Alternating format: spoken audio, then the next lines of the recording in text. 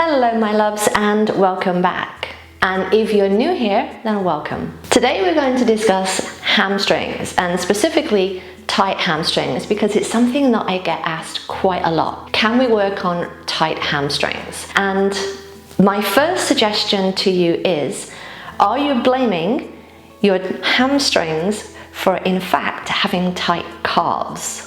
Because the two are not the same, and quite often our hamstrings get the raw deal and get blamed for having actually tight calves. So how do we tell the difference between tight hamstrings and tight calves? Let's discuss that today. So one of the simplest ways to test for this is a quick and easy method is you're going to come into Tadasana with the feet hip distance apart and have the feet facing forward rather than being duck-footed here, no toes turned out. Let's have the feet forward just so that we can feel the whole length of our back body here.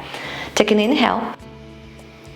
As you exhale, from your hip crease, hinge forward. Now, if your hands do not connect to the floor, place the hands on the thighs, on a chair, or use a block or two here. But if your hands do connect to the floor, then just notice, is it fingertips, is it flat palms, are the arms straight or bent? And where are you feeling the sensation along the back body of stretch or length here? As you can see, I'm not warmed up here, so my legs are a little tight always for my first forward fold. So notice that for you. How do your legs feel here? Can you relax the head and the shoulders? Where are you feeling that tightness? And there's a couple of things to talk about here. Firstly, where is the tightness in the hamstrings? Is it actually in the hamstrings? So the hamstrings run from deep into your butt, all the way down the back of the leg, crossing the knee, just towards the top of your lower leg here.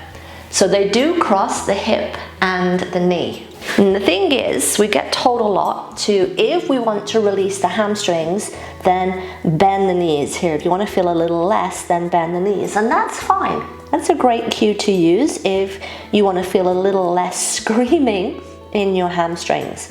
But for today, can you straighten and explore where you're feeling that? And where are you feeling it in relationship to the joints? Is it deep into the butt, behind the knee, or towards the ankle? Or is it in the belly, the meat of the muscle, the chunky bits here? So is it in the calves or is it in the belly of the hamstrings, between your bum and your knee? Is it right in the middle? If it's in the joint area, then I'm going to suggest that you soften off, that you do bend the knees and allow yourself a little less tension here so that you can not overstretch towards the tendons and the ligaments here in the joints. You want to feel the length in the belly of the muscle here, the meaty portion. And then rise up. And as you rise up, take that information that you've gathered of where you felt things in your body and then grab something that's going to elevate your heel maybe an inch or two. And I'm going to use my yoga wedge because I love these things for my practice. And as you can see, this is a wedge-shaped item. It's made of like the same foam as your yoga blocks, quite sturdy. It's not going to bend and break on me.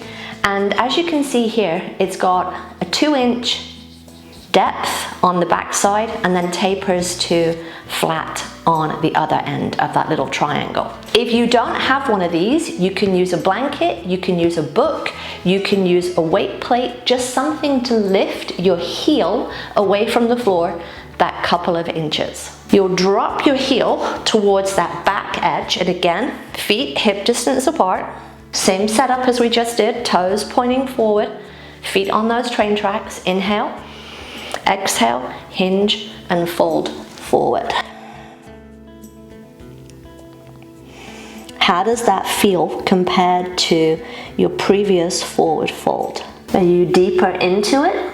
Because the only thing that's changed isn't the hamstrings, Hamstrings have got the same length into them. What's changed is your calves.